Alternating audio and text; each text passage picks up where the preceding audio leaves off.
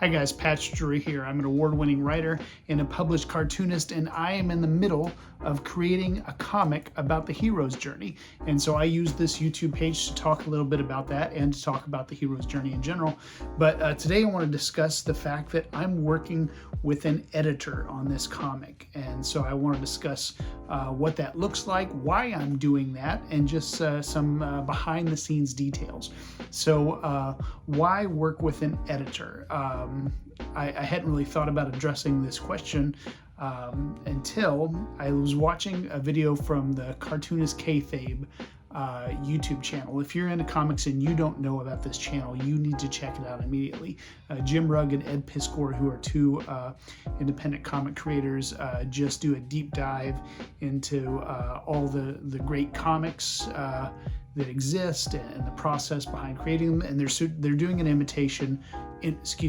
they're doing an interview with Scott McCloud, who did the book Understanding Comics and some sequels since then, and some other stuff like Zot and Destroy, and so very prolific guy. But he's talking about when he was doing independent comics that he was creating by himself, why he worked with an editor. And he quoted Spider-Man, the great Spider-Man line, "With great power comes great responsibility." And so when you're doing your own thing, you're creating your own product without a company's money or without companies looking over your shoulder saying, do this, put this here, do this. That's a lot of power. And he says, with that power, you have a responsibility to your audience to make it readable, make sure it makes sense, make it legible, to not just go crazy with the power, but also be responsible with it. And so that's why he chose to work with an editor, and that's why I'm choosing to work with an editor, because I know that left to my own devices, sometimes I will get very self-indulgent, and if it makes sense to me, then that's all I care about. It'll make sense to everybody else, and that's not always the case, unfortunately. And so I have chosen to show my work as I'm creating it to an editor. And I have friends in the comic book industry, people who have and are working in comics, and those aren't the people I'm reaching out to. I will probably show this to some of them at some point and get their opinion on it.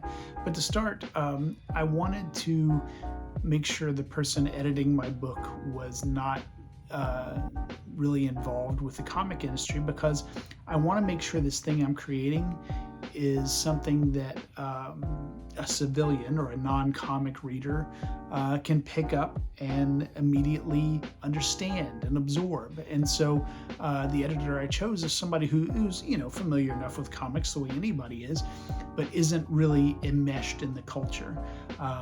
Some other things I was looking for is somebody who is a reader, somebody who reads a lot, so that they kind of know, okay, here's the language, here's what good dialogue sounds like, here's what good storytelling feels like, and if you're a reader, you have a sense of that. And so that was one of the first things I was looking for. One of the other things I was looking for is a writer, somebody who writes on their own, just because they know what it's like to kind of really fiddle around with a sentence and try to get it right, but also how to know when to leave it alone. And so somebody who's familiar with the creation, the communication process.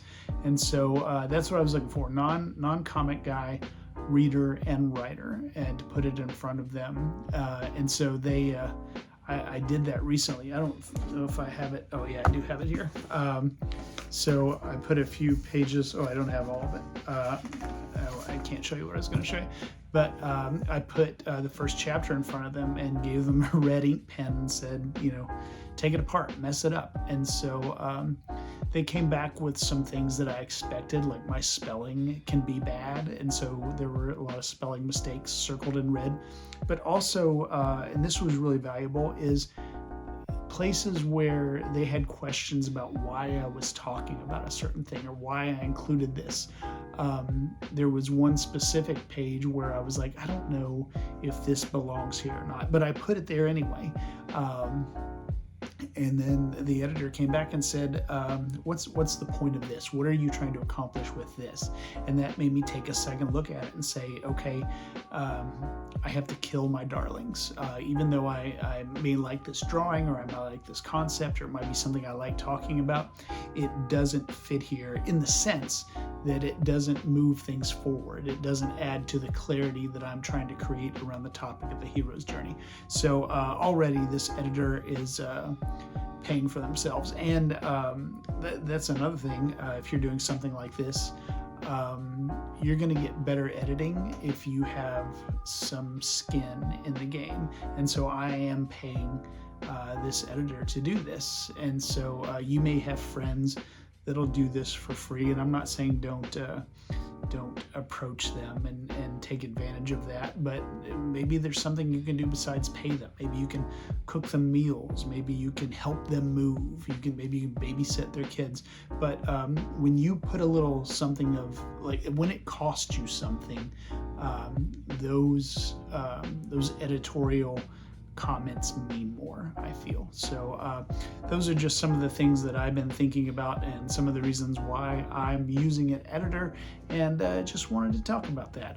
If you go to my Patreon right now, you can see the first chapter of the comic for free. It is all there, the first chapter, and then subsequent chapters are being uploaded, and if you join the Patreon, which is very affordable, you can see those chapters. There's the lowest tier is a $5 a month tier, and you get access to the comic with that.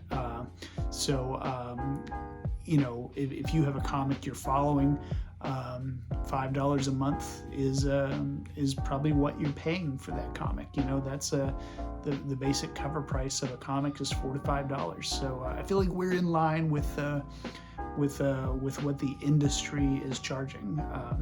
But I'm not in the industry, not an industry guy. I don't want to be in the comic industry. I want to be in the me industry, me making this thing and releasing it. And so if you're watching these videos and enjoying them, I really appreciate that. Please check out the book.